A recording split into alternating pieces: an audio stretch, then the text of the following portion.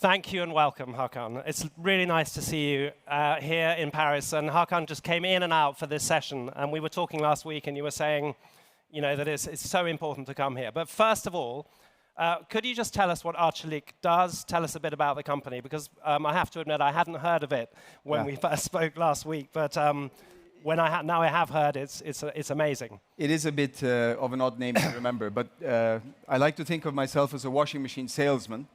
A lot of them, in one way. Some of our brands you might have heard, but I think the most significant thing about Arçelik is I could have taken Kate's presentation and put Arçelik on the top, and most of what she described we've already done in terms of transformation. We're a global business. Brands are Hitachi, Grundig, Beko. We manufacture everything that consumes electricity in the home, from a kettle to an oven to a fridge, also solar panels.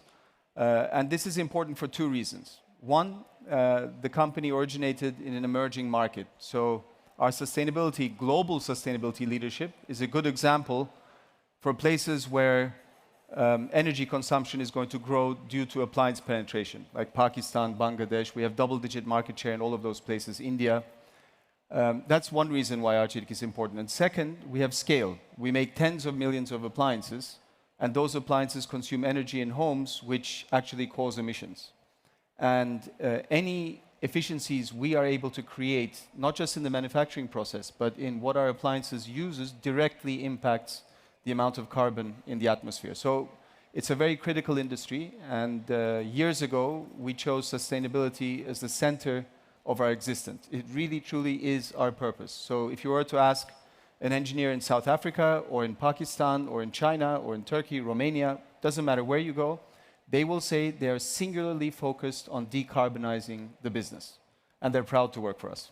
Amazing. I mean, and I think many of us have one of your appliances, or multiple appliances in our houses. So you're touching many consumers. So going towards this topic of planetary boundaries and kind of beyond carbon a little bit, that we've been thinking about today in this session, you're very, very strong on carbon. And how are you thinking about some of the other areas in the donut, if you like? I mean, the list is so long. We focus on decarbonizing because that has an immediate impact on everything else, right? So why are we frustrated, and why are we trying to push the boundaries on this? Because today, you heard from other speakers, a 1.5 degree world is really important for us to keep as a target. Changing that target changes everything. So there are a few CEOs like myself who are pushing to decarbonize fast enough to keep warming to 1.5 degrees. But when I became passionate about this topic in 2015, the chances of reaching a 1.5 degree year on average was 0 in the next 20, 30 years. Today, it's about 70%. In the next 5 years, one of the next 5 years, we will have reached 1.5. We're at 1.2 already. Now, 1.5 may not seem like much more, but on the extremes, it makes migration unimaginable. It makes water scarcity a huge issue. Biodiversity, the oceans, who have been a sink for carbon for so long, are now actually releasing heat. They're acidifying so fast. So basically, we are pushing against every planetary boundary that exists. We've lost 72% of species since the 1970s. That's my lifetime. I was born in 1972. I can't tell my kids I was not responsible for that. I run a company that has 50,000 employees, 30 factories, consumes energy, consumes materials. We need to own up to that responsibility now and make sure that we're doing the right thing to stay within these planetary boundaries. And unfortunately, it is a burning platform. It is a burning platform, and we've been hearing, we hear consistently, which is, can make us a bit depressed. But on the other hand, we can be optimistic when we hear visionary leaders, or enlightened leaders, as we call them, talking about this. And I think one of the drivers we were talking about is how you invest and your ownership structure. Could you talk a little bit about that and that tension? Yeah, sure. Kate alluded to it a little bit. Our capitalist system. I mean, I blame Milton Friedman and academicians for this, because our economic system, which is built on supply and demand, doesn't assign a value to biodiversity or nature. We treat nature or the world, everything in this room, my shirt, your jacket, the chair, the stage, everything is made from materials on Earth. We're not mining the moon yet. and yet it's a finite resource, but we don't treat it as a finite resource. The price of the destruction is not built into the goods and services. This is the fundamental problem we have. The second issue we have, publicly listed businesses, we're publicly listed, but we're majority owned by a family, which helps.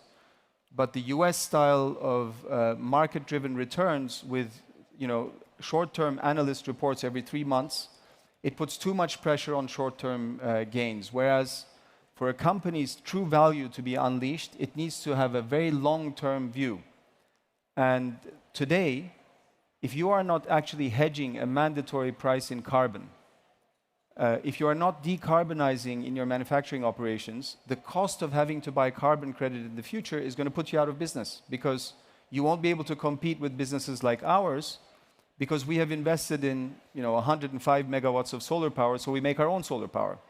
We're not a utility. That's utility scale, by the way. I mean, we're appliance manufacturer, but we make sure we make our own power so we don't consume power from fossil fuels or even buy renewables, because that's sometimes questionable as well and not reliable.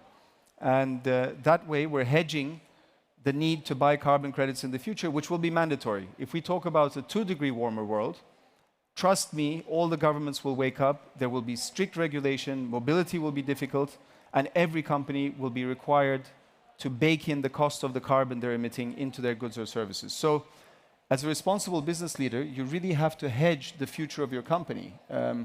Companies that are not doing the right thing now and are thinking really short term will not be around in 10 years, I can comfortably tell you.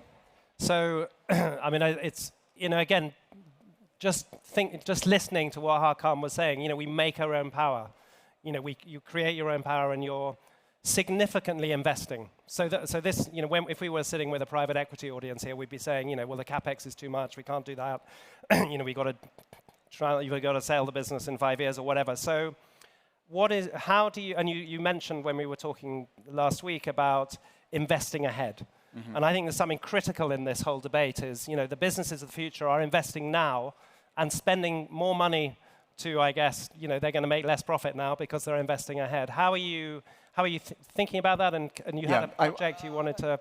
I want to make an important point here. Actually, you're correct in that most business leaders and platform leaders and private equity, they don't understand, in most cases, that a lot of this low-hanging fruit in terms of sustainability, whether it's using more recycled material, recycling your old appliances, cutting down energy consumption, actually adds to the bottom line in the short term with very little investment. Once you start realizing that, and the company really believes in the purpose, as a leader, you can't do anything on your own. It has to be the company, your shareholders have to be on board, like the Koch family is on board with a very long-term vision. But it's actually the employees' everyday focus on what can we do differently. Reducing the leak of a pneumatic screwdriver on a production line saves energy. If you multiply that by 5,000 pneumatic screwdrivers, the impact is real. These small gains everywhere actually are net positive to the P&L. In terms of investment, solar power, for example, everybody thinks putting solar power on their own roofs, strengthening their roofs is a cost factor. Well, guess what? It pays back in under 3 years. Yeah, amazing. Yeah. So, and again, I think what is beginning to come through is this understanding that if you invest from in sustainability or in this agenda, you get the results. You have a more profitable business, a more sustainable business, and one of the key areas, and you touched on it, is around employees and employee retention and recruitment. How do you see, what benefits do you see from this agenda in that context? Yeah, today, Arçelik leads the Dow Jones Sustainability Index. We have done so for 4 years. We have reduced our carbon footprint dramatically in Scope 1 and 2. Scope 3, we've committed to cut by 50%. These are very meaningful things we don't really know how to do, actually. But what we are committing to do is invest in the technology and the know-how to actually get to technologies which don't exist today to deliver those reductions. So employees, we're now able to attract talent, especially young people are so angry, they want to work for a company that's doing the right thing in terms of the goods and services they provide. But more importantly, a recent Nielsen study I saw, especially younger people, they are angry, and rightfully so, because we are the ones responsible, my generation, for what's happening, but they are the ones that are going to bear the consequences, and they are not at the table today. They're not making the decisions on the future. They are not regulating in governments. But they can do one thing, and they can vote with their money. And they are definitely choosing products and services that are more sustainable. Yesterday, I was at an industry award, and this activist, young activist, phenomenal speaker, saw our fiber catcher product, which actually is a washing machine installed with a very simple microfiber filter that catches more than 90% of the plastic microfibers going into the oceans from our clothes. Very significant. I mean, microfibers are everywhere. Microplastic is everywhere. This is super important, super simple. It just requires governments to regulate. We've open sourced the technology. We've told our competitors to use it as well. She said she's changing her washing machine immediately. And they are not price sensitive. So I'm trying to make the point that actually sustainability leadership and doing the right thing also is a good business strategy. It brings you stickiness with the customer, and increasingly we will see consumers willing to pay more for companies that are doing the right thing. Which is amazing. And we see also at Springwise, in a smaller scale, but we get the best talent. They want to come and work for us. Absolutely. Because we're promoting this agenda, and and that must, as generational shift comes and as leaders become, the new leaders come through, that's got to be really positive and optimistic. We talked a bit about the regulation side of things, and there's a whole thing. Business needs to do it all. The regulators can't get there. How are you thinking about that? What do you think is going to happen in that? Do you think we're going to see regulation, and is it going to be in time? I mean, I can talk for 20 days on this one, so I'm going to try and cut it to 6 minutes left, and I'm going to do 2 minutes. 2 minutes. This is very important. Okay, so.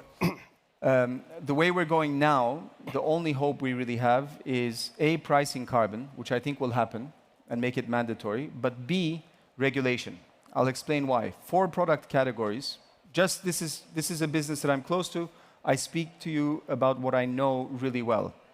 4 product categories: lighting, heating and cooling, refrigerating, and electric motors. I'll repeat it because it's quite striking. Lighting, heating and cooling, refrigeration, and electric motors. These 4 product categories consume 40% of all power consumed worldwide. Today, technology exists today to cut their power consumption by 50%. All it would require would be regulation worldwide to use the most energy efficient product available in terms of technology. Yes, it requires some investment. Not much, far less than the trillions of dollars people talk about, or far less than creating hydrogen or mobile safe nuclear.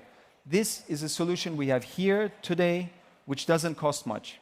The cost increase on the products and services is also not much. It's palatable.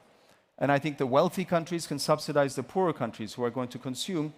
If we were to enable regulation just for these 4 product categories, we would be able to shut down 2,100 coal-fired power plants around the world. That's equivalent to the entire North American emissions a year. 4,600 terajoules, I believe. So it's significant, it's meaningful, and regulation has to happen. To be able to impact that, I'm now also president of the European Appliance Association. Not all of my industry fellow leaders believe in what I'm saying or support what I'm saying, but they voted for me, so they understand that this is coming. And for the first time, I think we're in a space where I am for stricter regulation. Normally, a business leader reacts to regulation, says, oh, it's going to cost money, it's going to stifle innovation, it's bad for the consumer. The arguments are very long. I am arguing for stronger regulation, for more energy efficiency. I think that makes a big difference. And then carbon pricing, as I mentioned, has to happen also. So, I mean, that's, very, very refreshing. Mm-hmm. A CEO arguing for more regulation, seeing the opportunities and the innovations already there. And your leadership, I think, in that group particularly, is it's going to be transformative. And I think we heard a lot about burning platforms already today, and this is looking like we've got people who are leading the charge with huge influence and huge scale. I want to ask you about something else. You wrote a book, and I want to just share, what it was about and why you did it, and I guess it's a metaphor for a lot of other things in your life. 2015 or so, when I was always interested in the climate and followed closely, but I never really understood how I was impacting it and what my role would be. And then once I started understanding, I joined the World Bank Commission for Carbon Pricing, and I started seeing data. I was horrified at what's happening, and I could not believe that this is not what everybody's prioritizing. But I couldn't really get everybody's attention. I mean, I'm looking at the audience now. Nobody's yawning, nobody's looking at their phone, so it's working, right? But back then, it was very difficult, very abstract. You know, you're talking about 2030, you're talking about something that may happen. Most business leaders are in their 50s, right? So they think the problem is their children's problem or the next generation's problem. And it was very hard to get through. But then I had an idea, thought, you know, climbing Everest, everybody thinks of Everest.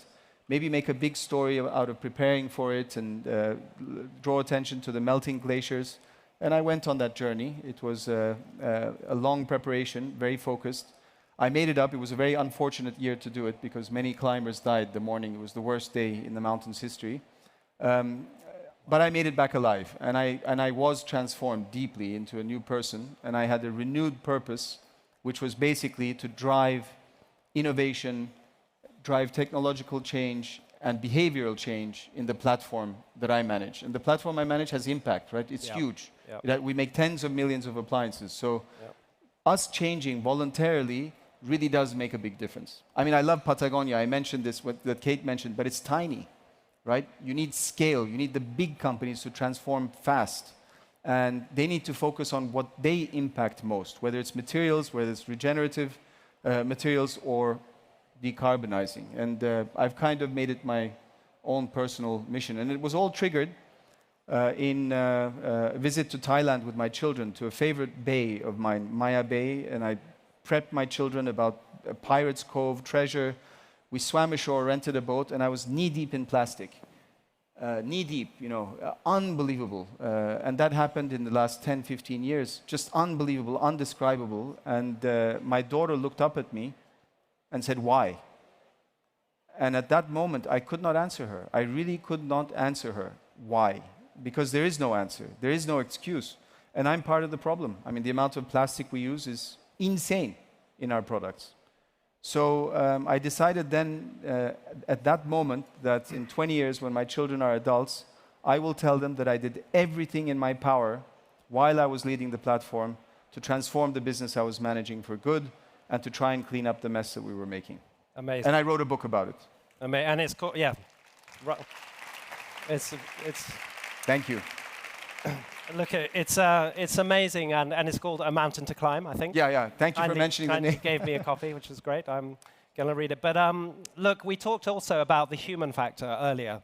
And, you know, this is the human factor at a really, really senior level, helping, supporting, and driving the change. So we have now 13 seconds. One thing that you would like to tell your audience that they may do when they leave now to sort of instill a bit of urgency? Yeah, I'm asked this question a lot, right? And the sense of urgency, I feel it every day. I guess the most meaningful thing I can leave you with is, as individuals, we really make thousands of decisions a day, even with your thought process. I'm not just talking about the purchases you make. I'm really how you live your life is thousands of choices. Each choice you make, each decision you make, if you think of the impact you have, that is where change will really begin and become meaningful. So it's what you consume, how you drive, how you travel. The list is so long. You know, do you turn the water off when you're brushing your teeth? I don't know. There's so many simple things, right? I'll tell you, we just came up with a, and I'm not trying to sell you this by any meaning, but it's a very simple solution. You know, washing machines, wash your clothes, dryers, take the humidity out, and then dump the water. I don't know why anybody didn't think of this, but we have a new product now. They're stacked, so when the dryer takes the water out of the clothes, it puts it back in the washing machine to use in the next cycle. That saves 5-6 liters of water. If you think 100 wash cycles or 200 wash cycles, you know, and the impact is immense in terms of water consumption. There are simple things that we can all do that collectively have a big impact. Amazing. Please join me in thanking Hakan. Thank you. Have a good trip back. See you soon. You. Amazing. Thank you. Well done.